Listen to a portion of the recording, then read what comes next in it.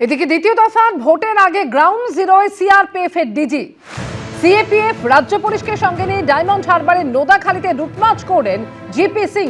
ভোটারদের মধ্যে আস্থা তৈরি করতে ঘুরলেন এলাকার অলিতে গলিতে, কথা বললেন স্থানীয়দের সঙ্গে। হিংসামুক্ত নির্বাচন করতে নিরাপত্তা প্রোটোকল অনুযায়ী কেন্দ্রীয় বাহিনীর জওয়ান এবং পুলিশ আধিকারিকদের কাজ করার নির্দেশ দিলেন তিনি।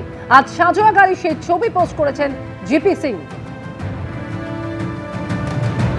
সেই ছবি দেখতে পাচ্ছেন, এই ছবি পোস্ট করেছেন, সাজোয়া গাড়ির ছবি পোস্ট করলেন জিপি সিং। দ্বিতীয় দফার ভোটের আগে সাজোয়া গাড়ির ছবি পোস্ট করলেন সিআরপিএফ এর ডিজি এবং এর আগে গতকাল সিএপিএফ রাজ্য পুলিশকে সঙ্গে নিয়ে ডায়মন্ড হারবারের নোদাখালীতে রুটমার্চও করেছেন তিনি। ভোটারদের মধ্যে আস্থা তৈরি করতে ঘুরেছেন এলাকার অলিতে গলিতে, কথা বলেছেন স্থানীয়দের সঙ্গে।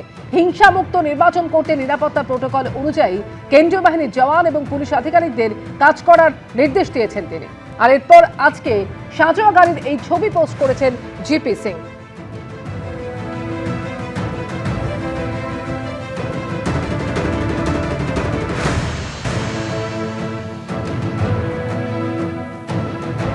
আর ঠিক দুদিন পরে রাজ্যে দ্বিতীয় দফার ভোট হতে চলেছে। তার আগে এই ভোটকে সুষ্ঠু এবং সুষ্ঠু করতে, হিংসামুক্ত করতে বদ্ধপরিকর নির্বাচন কমিশন। একাধিক পদক্ষেপ করা হচ্ছে, একাধিক কড়া পদক্ষেপ ইতিমধ্যে নেওয়া হয়েছে।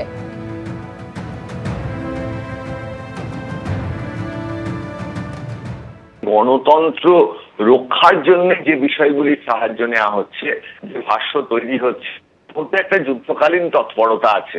যদি সত্যিকারের এরকম যুদ্ধের যে উপকরণ সেগুলো দেখিয়ে গণতান্ত্রিক একটা ব্যবস্থা বজায় রাখা যায়, তাহলে তো উত্তর কোরিয়া, পাকিস্তান বা এই ধরনের দেশগুলিতে যেখানে সামরিক বাহিনীর হাতে বেশ অনেকটা দখল আছে, সেখানেও গণতন্ত্রটা অত্যন্ত সুরক্ষিত থাকতো।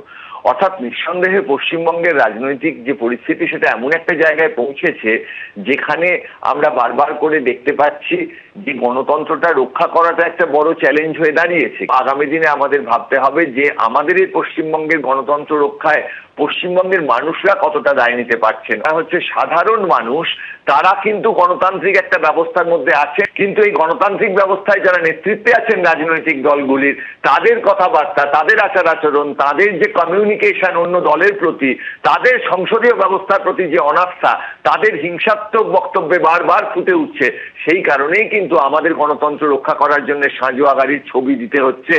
ফলে এইখানে দায় মূলত রাজনৈতিক দলগুলি এবং তার মধ্যে যুযুধান দুই পক্ষের রাজনৈতিক নেতাদের।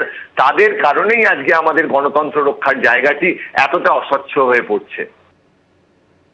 ডায়মন্ড হারবার পুলিশ জেলায় 5 পুলিশ আধিকারিককে সাসপেন্ড নির্বাচন কমিশনের। 5 জন পুলিশ আধিকারিকের বিরুদ্ধে বিভাগীয় তদন্তের নির্দেশও দিয়েছে নির্বাচন কমিশন এবং সাসপেন্ড হওয়া এই আধিকারিকদের জায়গায় নতুন অফিসার নিয়োগ করছে কমিশন। যেটা জানা যাচ্ছে, ডায়মন্ড হারবারের এএসপি সন্দীপ গড়াইয়ের জায়গায় আনা হচ্ছে অভিষেক মজুমদারকে। সজন মণ্ডলের জায়গায় ডায়মন্ড হারবারের এসটিপিওর দায়িত্ব দেওয়া হচ্ছে বিজয় যাদবকে।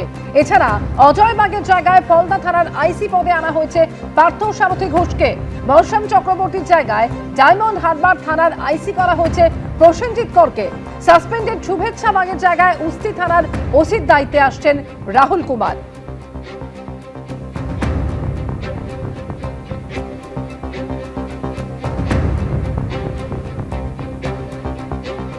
ইলেকশন কমিশন বিজেপির দালালি করছে, বিজেপির এজেন্ট। এটা একটা কথা হলো যে একটা নির্বাচিত সরকারের গোটা সেটআপটাকে ওরা চেঞ্জ করে একটা অলিখিত জরুরি অবস্থা দিয়ে ওরা ভোট করছে। সেনা, আধা সেনা। আমরা তো কাল বলেছি, ট্যাঙ্ক বাকি থাকে কেন? একটু ট্যাঙ্ক আর রাফায়েলটা ঘুরিয়ে দিন, সব শুদ্ধ বান্ডিল করে হারাবো। কোন মুখে এরপর বাংলার টিকিট কাটবেন দেখবো। ডেলি প্যাসেঞ্জারই তো আমরা 4 তারিখে রিটার্ন টিকিট কেটে বাড়ি পাঠিয়ে দেবো।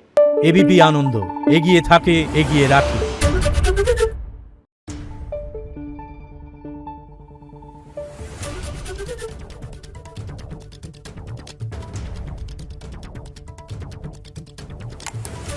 Thank you.